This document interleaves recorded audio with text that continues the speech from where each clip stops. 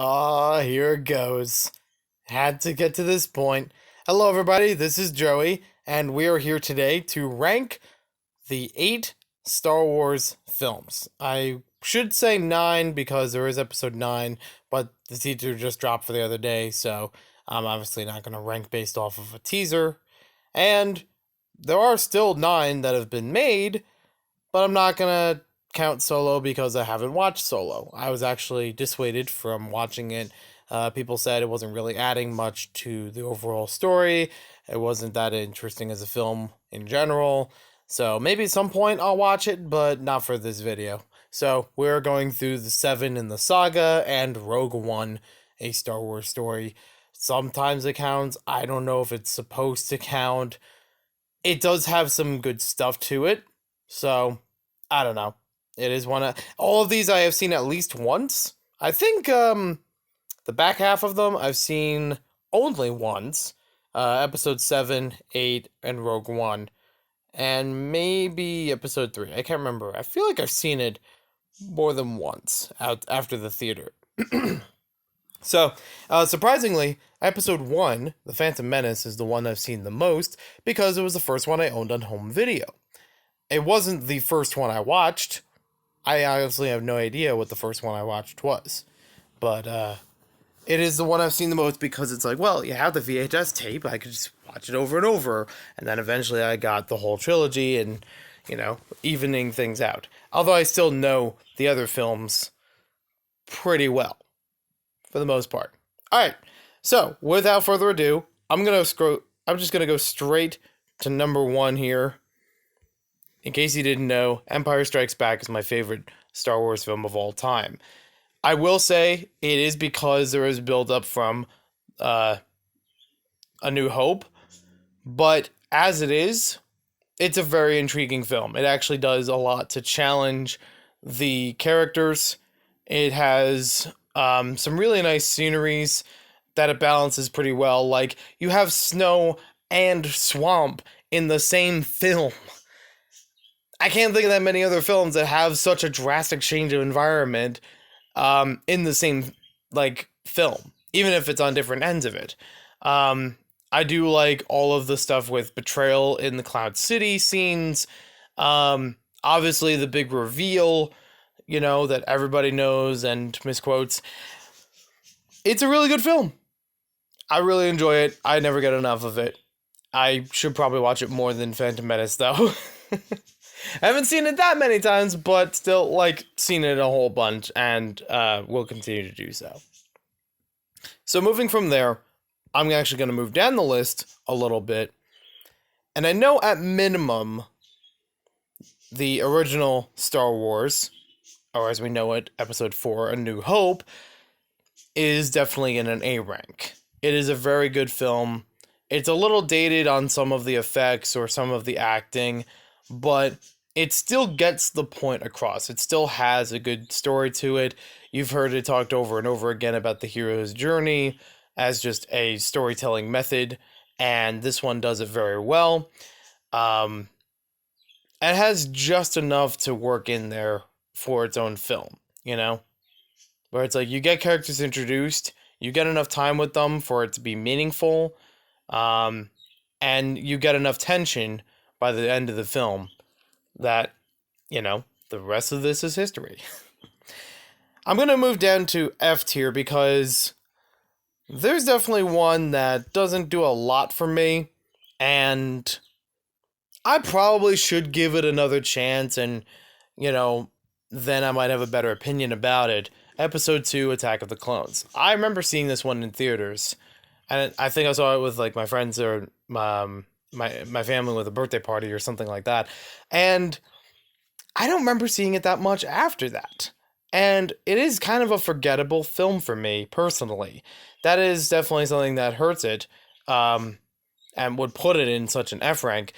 If I can't remember all the details of it, or anything impactful about the story, then, it's probably not doing the job right. It does have good stuff from what I remember in it. I love the designs of the clone army. Out of any of the clone trooper variants, and there's, dozens of them, Um, I do really like the ones from episode 2. It's a nice, sleek design. Maybe it's first impression syndrome where it's like, oh, the first time I see it is what I like, because it's the most familiar to me. I do. I'm trying to remember what else. Like, I remember some plot points, but a lot of gaps in between. So it's kind of hard for me to really get into it for this, for ranking it better. I do feel like I should at least give it another chance, see if there is a little bit more merit to it. But I don't know if it's really going to change much compared to the other films on the list. Moving from there, I'm going to move to a film that is kind of half and half for me. I think there are good parts to it, but it is kind of muddled by other stuff going on. And this one actually has two I'm going to list in here. We have The Phantom Menace, and we have Rogue One. The Phantom Menace, I wouldn't say is as cut and dry. With Rogue One, it seems very cut and dry. The first half doesn't have a lot to engage me. I can still follow the plot points, but there's not much to take away from it. There's not a lot that I'm really invested in. And the second half is really good. When it actually gets to some of the battling, they get the plans and trying to transmit them. That's great. And even seeing Darth Vader and all that stuff, that is great. However, I think it has a suffering problem of I can't really understand or relate to these characters because this is supposed to be taking place before episode 4, where they don't exist and are inevitably going to just be in this one film on its own. Even though I said in the original Star Wars, you get introduced to these characters and you do feel for them, this one just seems like a ragtag group that I can't really understand how to... I don't really understand the characters independently, I mean, Jyn Erso is one of my least favorite of main characters because I can't really think of a thing that is important about her except progressing the plot, What is it that she is fighting for, that she believes in, that is different from some of the other people in the Resistance? I really don't know. I can't remember. But yeah, like I said, it is a forgettable first half for me, where not a lot happens, not a lot to invest me into it. I remember maybe one or two scenes at best, but the second half is good. With Phantom Menace, it's kind of mixed. I feel like throughout the film, there are moments of, oh, that's cool. Oh, okay. Oh, that's cool. Well, okay, fine. It does have some good stuff in there, and I feel like it kind of gets mixed between either some of the writing, the elements of comedy they add in there, but I still find some of the fight scenes very fascinating and sometimes even better than the original trilogy. So I will give it some merit for that. I really do like some of the fight scenes, especially with the battle droids and the Jedi. I think I've made 2 or 3 mocks at one point in Lego of some of the fight scenes from this movie. Not necessarily with the big blue towers and the bridges, but just about the other ones, the ending fight scene with Darth Maul, or like I said, fighting with the battle droids. So yeah, it was pretty neat. But still, I don't know. It's kind of lower ranking for me.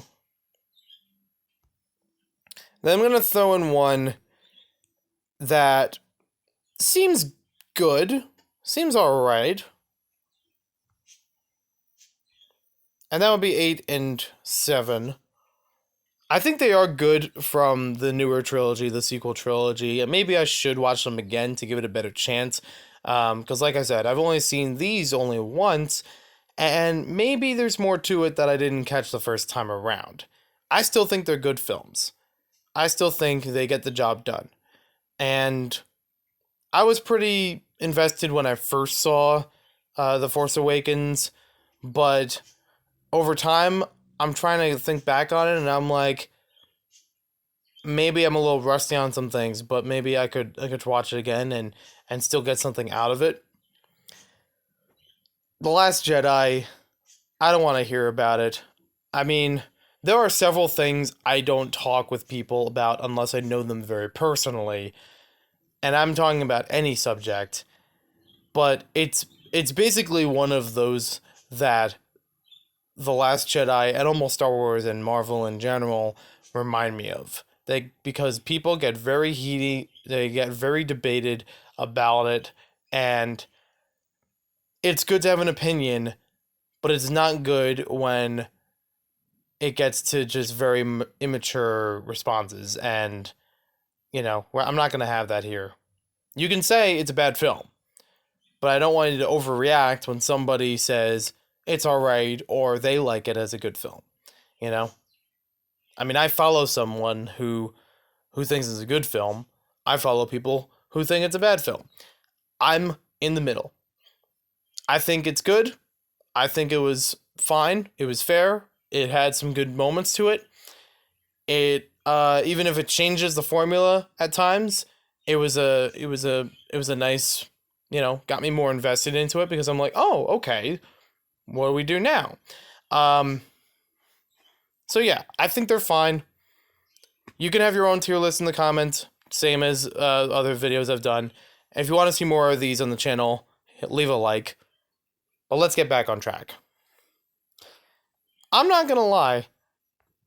This one, I don't really know how I feel about it. It feels a little odd.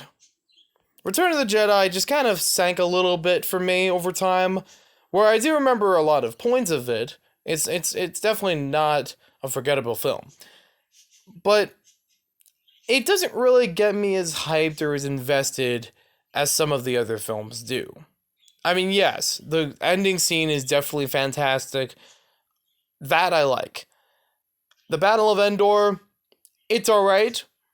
Um, I'm not gonna say it's fantastic. I'm not gonna say it's boring. I'm not, again, it's middle of the road. It gets the job done. Even the Tatooine scenes in the beginning, they serve a good purpose. And maybe again, I could try to watch the films, and maybe I'll have different opinions about them. Because with all of these, I don't remember the last time I saw any of the films recently, but I have seen these, and I've definitely seen Return of the Jedi more than once.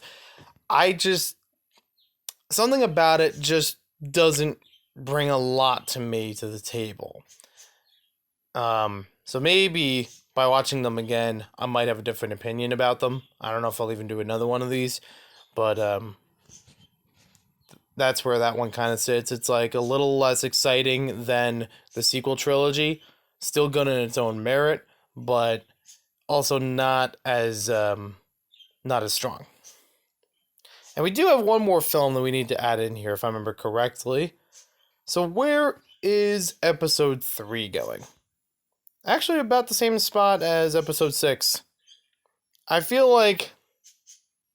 Oh, wait, did I put 2 in the... Oh, that's the wrong one. Yep. Okay, hold on. There we go. Episode 2 and episode 6 kind of sit in the same way. They do have good moments in them. They're just a little less impactful than the sequel trilogy so far from me. Maybe because I haven't seen them in a little while. And there's some points that just feel like it could have been bigger and better than it actually was. There were still good fight scenes in each of them, especially when it comes to a conflict of interests and seeing a little bit of character growth with those. But I don't know, something about them doesn't feel as strong to me compared to other films. So that's pretty much where I'm putting things for now. Maybe I'll come back to this later. Maybe I'll watch all the films again and get a better idea about them. I heard apparently they're running the 1 to 8 and then 9 as some kind of movie promotion. I think AMC or something. Don't quote me on that, but if that's actually a true thing, then I'd be interested. as long as I had enough concessions to keep me awake all that time. That's a lot to take in. I've never done a movie marathon like that before. I've tried to do it for Star Wars. I can't even get through a trilogy without taking a break.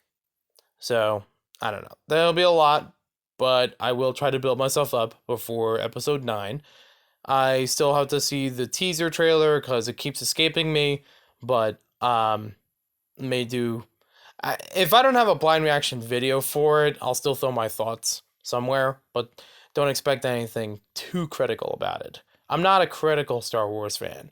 I usually don't count myself as a Star Wars fan in general because I don't really have a lot to weigh in on the conversation compared to other people. It's either an entertaining film or it's not.